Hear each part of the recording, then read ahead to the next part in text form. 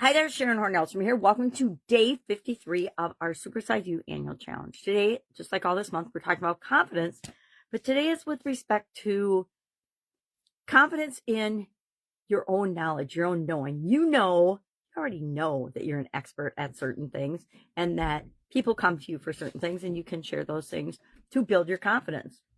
I know, for example, and this has got nothing to do with anything that I'm really an expert in, is I am very good at finding lost things. Not just my lost things, but other people's lost things. I don't know, but I developed my own process a long time ago of mostly telling myself, hey, wherever it is, I'm going to figure it out. I'm going to know and figure out where I left it if it was something I left. Otherwise, I just think logically and backtrack with the other person to figure out where they most likely left or set down or lost the lost thing that they're looking for. I feel like Tinkerbell today, lost things. So today's topic is about confident leadership. All this week, we're going to be focusing on confident leadership. Why? Because if you're going to be a leader, you better be confident because you have to set the example and demonstrate for the people that you are to be leading, whether it's your family, your religious or spiritual organization, a club or a cause that you feel inclined to participate in, your job, your role at work. Maybe you are a manager, which means you are automatically expected to be a great leader without any training, without any knowledge. That's the way it works in corporate America. Oh, we're going to promote you because you've done a really good job in this role. And so many managers, that first step for them is such a huge transition. I've watched it for decades now. I was lucky in that I had businesses on the side throughout my whole career. I had businesses before I even went to work in corporate America after I graduated from college. So I knew and had a different point of view and perspective than a lot of people do. And that turned out to be a huge competitive advantage for me throughout my corporate career, as well as what I wanted to create after that in my life. So imposter syndrome is a real thing. I never thought I had imposter syndrome. What the heck is it? It means that you feel like you're a fake or phony or that you're pretending to be something that you're not. But the truth is, anything we desire to be, we have the ability to be. We have the kernel of it within us all the time as just plain being a human being. And it's just a matter of acquiring and honing the skills that make us that thing and convince us ourselves that we are that thing.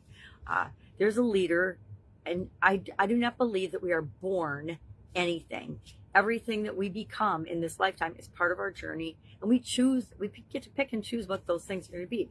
We get to pick and choose if we're going to be a parent. We get to pick and choose if we are going to be in business or in whatever career or endeavor we choose to pursue, right? We get to pick whatever we want. That imposter syndrome is real, and I think it hits all of us. And I've never heard of imposter syndrome until I came online. I think that the online world is incredible, but it gives us names for all sort of things that then become problems or challenges for us that wouldn't even be challenges if we didn't know about them. I don't think I ever had imposter syndrome in corporate America.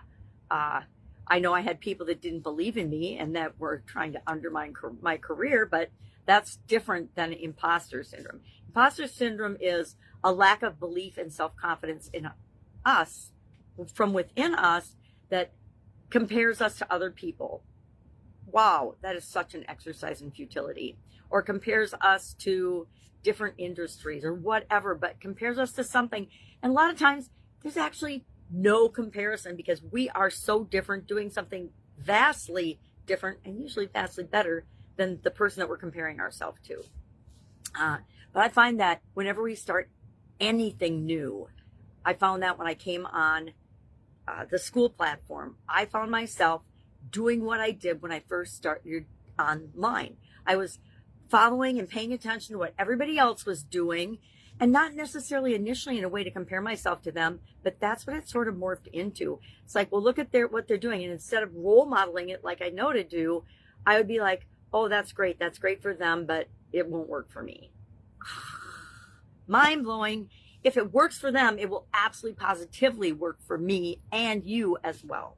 So we're going to think about imposter syndrome today and realize that it is just our mind and our brain trying to keep us stuck and safe in our comfort zone. And it will show it and rear its ugly head every time we try to do something new. And it's usually one of the first responses for me. And so I know as soon as I recognize that I just have to get excited about the thing that I am interested in and I'm pursuing, because I know how to beat imposter syndrome. I know how to become more confident in any area or aspect of my life. So I'm not going to let little primordial or primeval brain activities shut me down for anything like that.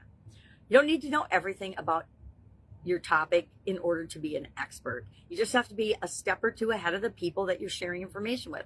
It's why I like to tell people, as soon as you learn something new, teach it to somebody else. You can teach it to your dog. You can teach it to your grandkids. You can teach it to your neighbor. You can share it with a friend.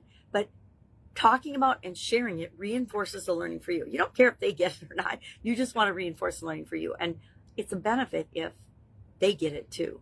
I love to share things that I learn with my daughter, my son, and my son-in-law, and my granddaughters, because I know how powerful it is to reinforce the learning in me, but it's also good information for them. My daughter does the same thing already, I've noticed. And then your experience, even if it's unconventional, even if it's different than everybody else's, it's valid and real and is destined to help someone else, right? We go through all these crazy experiences in our lifetime thinking that it's the end of the world and that we're the only one ever going through it.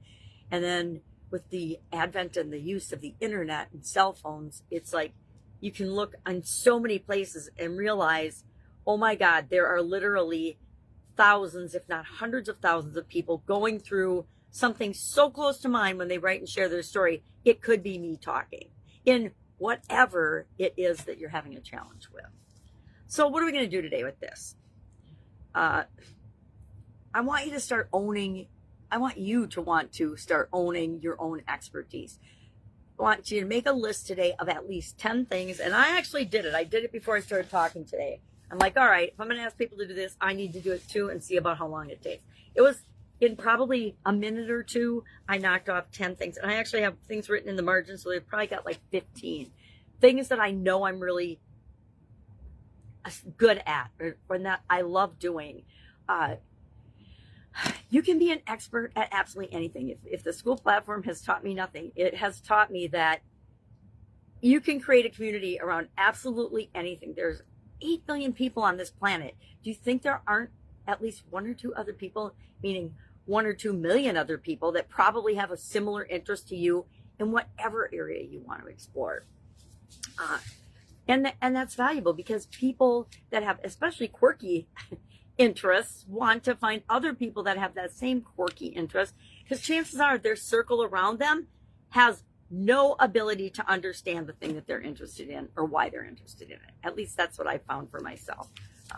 I definitely have been accused of marching to the beat of my own drum throughout my entire life. And so there's stuff I'm interested in. It's like business. I've been in business for so long. It's just part of who I am.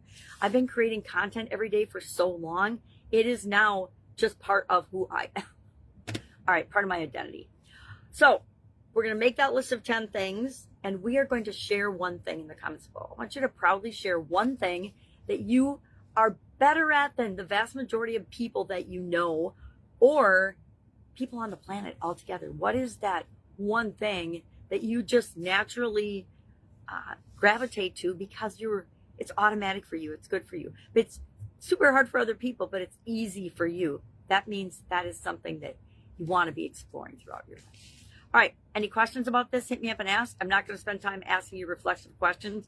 I think that doing the exercise is more important than you'll reflect on it naturally, because we're getting in the habit of asking ourselves questions about the exercises that we do every day. All right, have an awesome day. If I can help you in any way, ask. Otherwise, I will, of course, be with you tomorrow.